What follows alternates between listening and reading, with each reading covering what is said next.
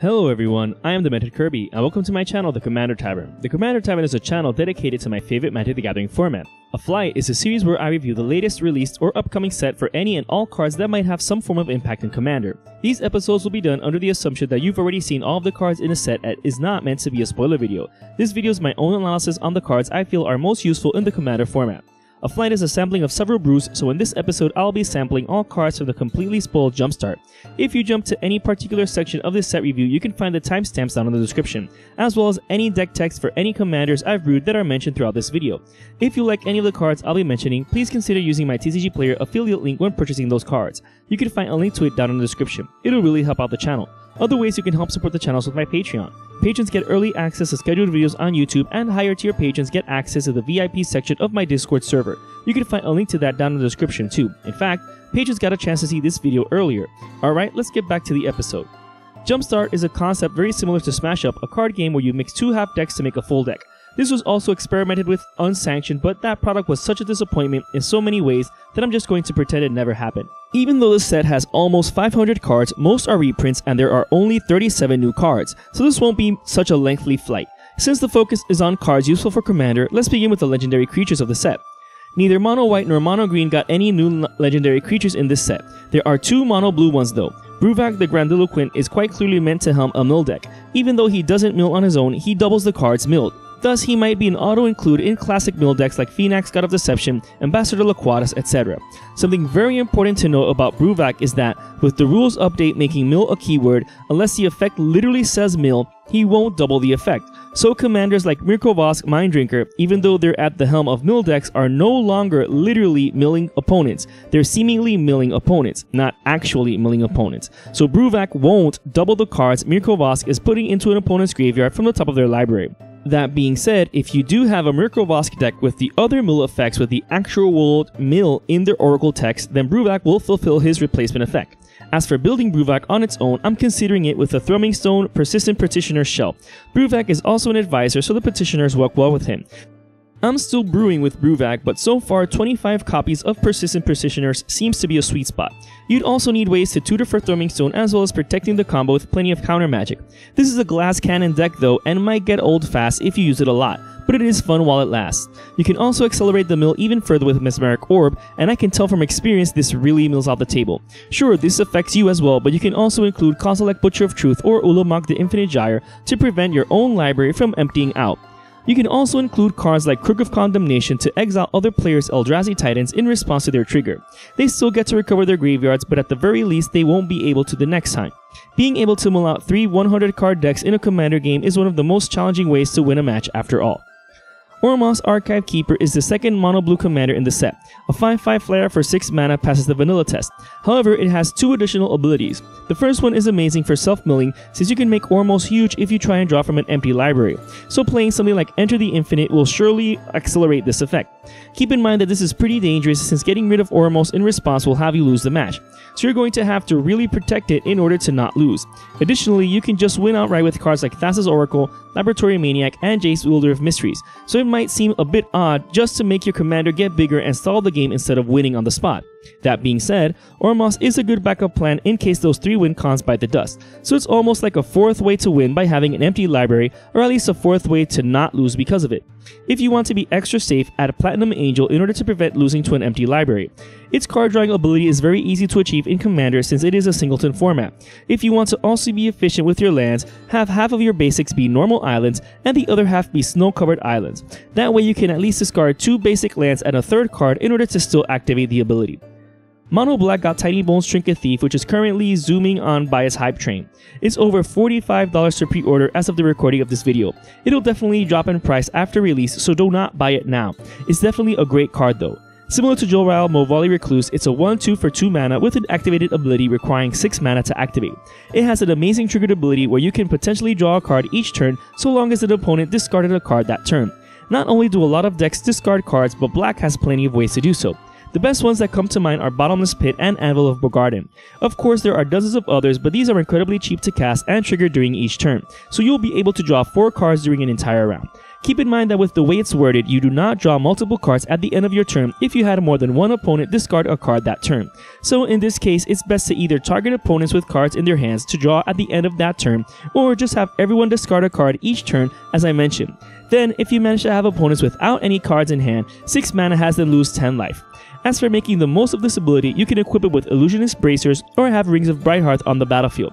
This way you're doubling Tiny Bones' effect. I also see Tiny Bones as a support card in wheel decks like Nekosar the Mindrazor, since players are always just guarding cards, especially if you have Sire of Insanity in that deck. This guarantees players don't keep a hand, so you can activate Tiny Bones. Tiny Bones also goes amazingly well with Nath of the Gilt Leaf. You're going to have opponents discarding a ton in the deck anyways. Tiny Bones just has you drawing cards for it. You can also include Tiny Bones in an Urgoros the Empty One Spectre Tribal deck. This might seem like a very casual deck if it's a Spectre Tribal deck, so hopefully Tiny Bones is cheap enough after release for jank decks like these as well. Mono Red also got 2 potential commanders. Muxus Goblin Grandee is yet another Goblin Tribal commander. I didn't think we'd need yet another one, but here it is. Now that I see he's a Goblin Noble, I'm surprised Goblin King didn't get the Noble typing with Oracle's update with Throne of Eldraine, but I digress. As for Muxus, he costs 6 mana to cast, which is quite a lot considering that Goblin Tribal decks tend to end games fairly quickly. However, when he enters the battlefield, you may put along with him all goblins with a converted mana cost of 5 or less from amongst the top 6 cards of your library. This combos amazingly well with Goblin Recruiter, which will undoubtedly keep rising in price thanks to Muxus and Conspicuous Snoop. That being said, you can definitely include the Conspicuous Snoop Kiki-Jiki combo here. I don't think it'll be as efficient as simply building that shell with a better commander than Muxus. Muxus might be nice to change it up, especially for those who have a Goblin Tribal deck and just switch around the commanders for variety's sake.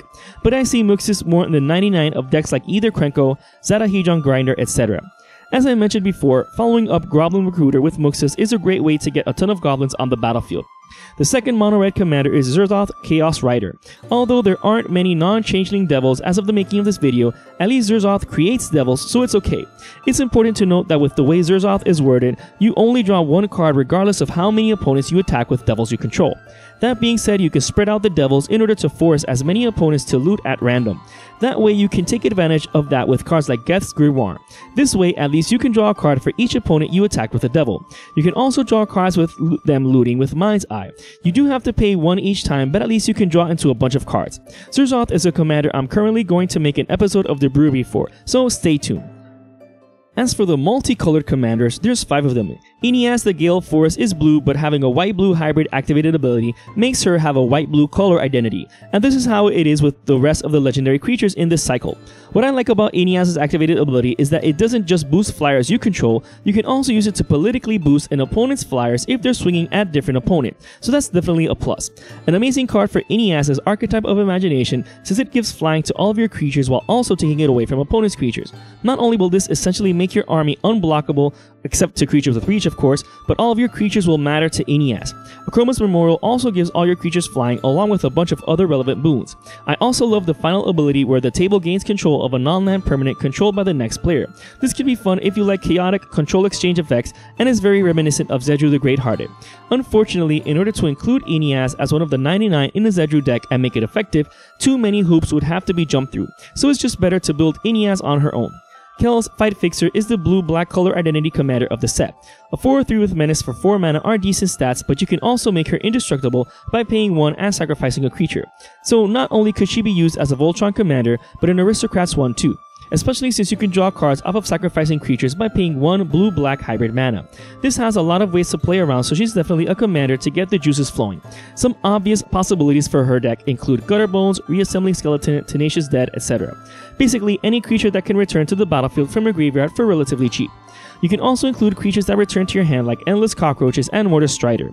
Just like Bruvak and Zerzoth, Kells is another commander from Jumpstart that I'm currently brewing, so stay tuned for a deck tech in a future episode of the brewery.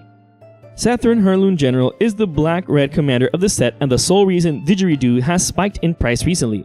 But Homelands has a special place in my heart, so as long as more cards from it get some more attention and redemption, I'm all for it. Cethron is clearly made for Minotaur Tribal in mind, which is fine since most Minotaurs are red anyways. That being said, Changelings also fit the bill. Even though Cethron is a commander I want to brew around, it's not just for playing normal games of Commander. I want to build an arch enemy deck with it while also using the Battle of the Horde challenge deck from Born of the Gods instead of a scheme deck. Since the challenge deck has non-token Minotaurs enter the battlefield, they will trigger Cethron. It's definitely going to be an interesting way to play the game as a hybrid of arch enemy and Horde. Some schemes are pretty broken, but at least this way the challenge deck becomes more challenging and a tool for the arch enemy against 3 other players. Nayeth of the Dire Hunt is the red-green commander of the set. Its triggered ability does not care about the number of creatures blocked, you only draw a single card.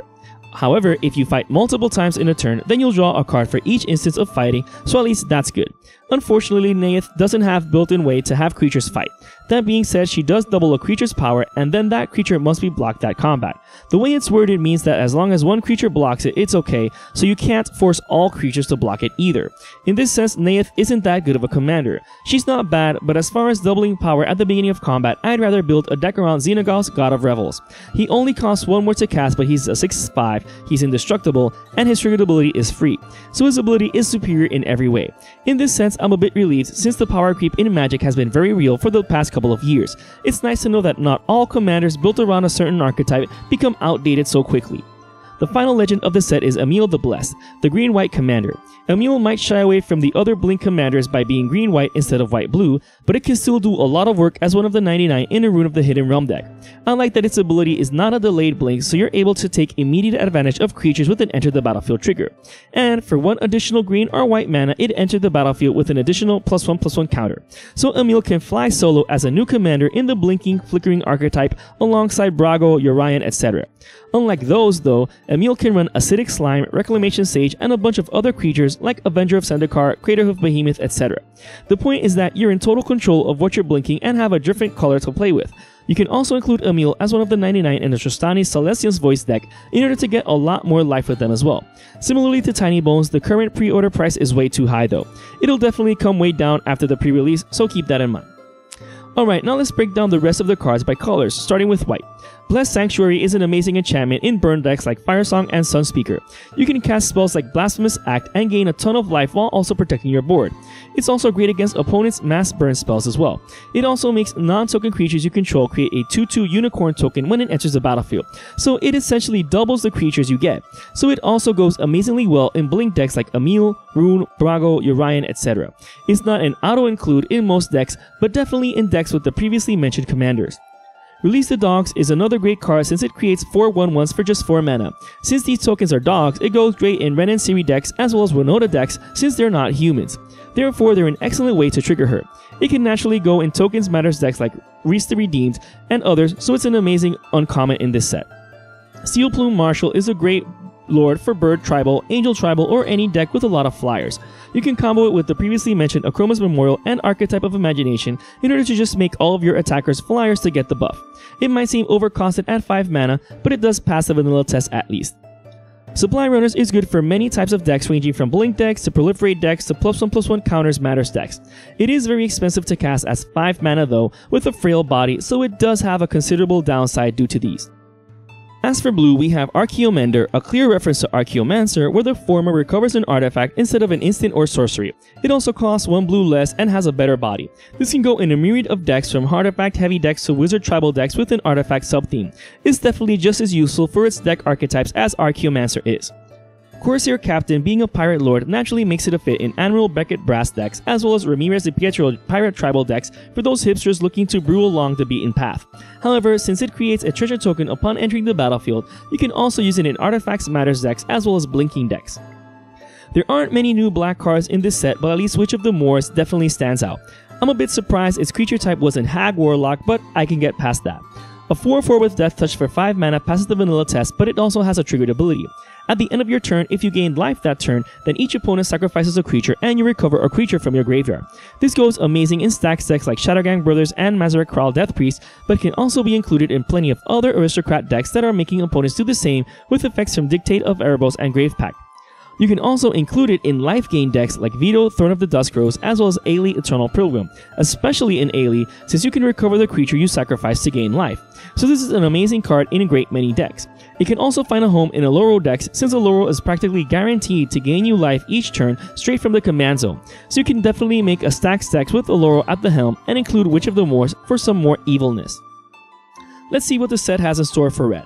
Immolating Gyre is amazing in spell-slinging decks since you'll undoubtedly have a ton of instants and sorceries in your graveyard.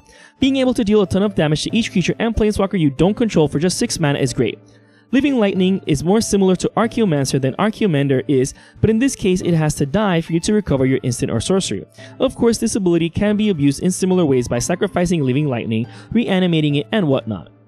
Spiteful Prankster is similar to Blood Artist, but it's damage instead of life loss. However, this is not too big a detriment since it's also able to ping planeswalkers, something Blood Artist can't do. That being said, both would go amazingly well together in an Aristocrats deck or any other deck where you're killing off a lot of creatures, like one with a Death Touch Goblin Sharpshooter for example. A very effective way to consistently keep the board clear of creatures. Okay, so now we've reached the final stretch of monocolored cards, green. Allosaurus Shepherd is one of the most broken 1-drops I've seen in quite some time. It can't be countered and it makes all your green spells uncounterable. Then, for 6 mana, which is super easy to achieve in a mono green deck, especially an elf tribal one, each elf you control becomes a 5/5 dinosaur along with its other creature types. This can go in any elf tribal deck such as Marwyn, Azuri, Dwynen, etc. This can make an elf stompy deck that much more dangerous since the 5/5 base power toughness will only have the Lord boons applied to it as well. Crazy.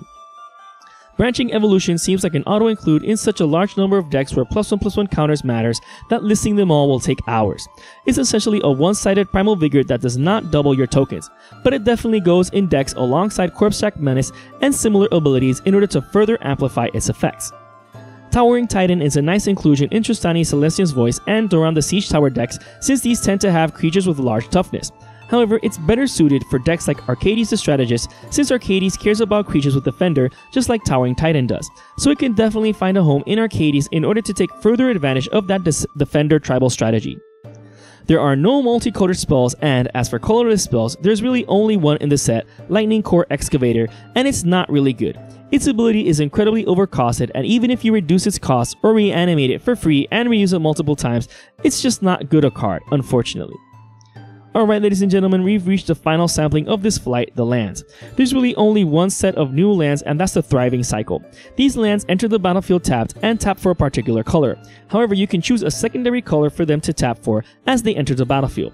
These are better for decks with multiple colors built on a strict budget since they're going to be plentiful and thus cheap. They do provide a sense of variability depending on the situation, similarly to the Vivid Land cycle. That being said, if you already have a strong mana base, they might not find a home in your deck. But they can definitely find a home in more budget builds or even in Commander cubes since they can help fix mana while not being so difficult to include in your deck after the draft due to color identity. So I predict that these lands will appear in Commander Legends. This concludes this flight of cards from Jumpstart. I hope this episode has been informative for you, even though these are clearly my own opinions and views on the cards herein discussed. If you have any opinions or thoughts of your own on these cards, or if I overlooked any other hidden gems for Commander, let me know in the comments. I want to take this opportunity to thank my patrons by giving a shout out to all my higher tier patrons, the Brewers, for their patronage. I also want to thank anyone using my TCG Player affiliate link. And to everyone, thanks for watching this episode of A Flight on the Commander Tavern. I am Demented Kirby, and happy theory crafting.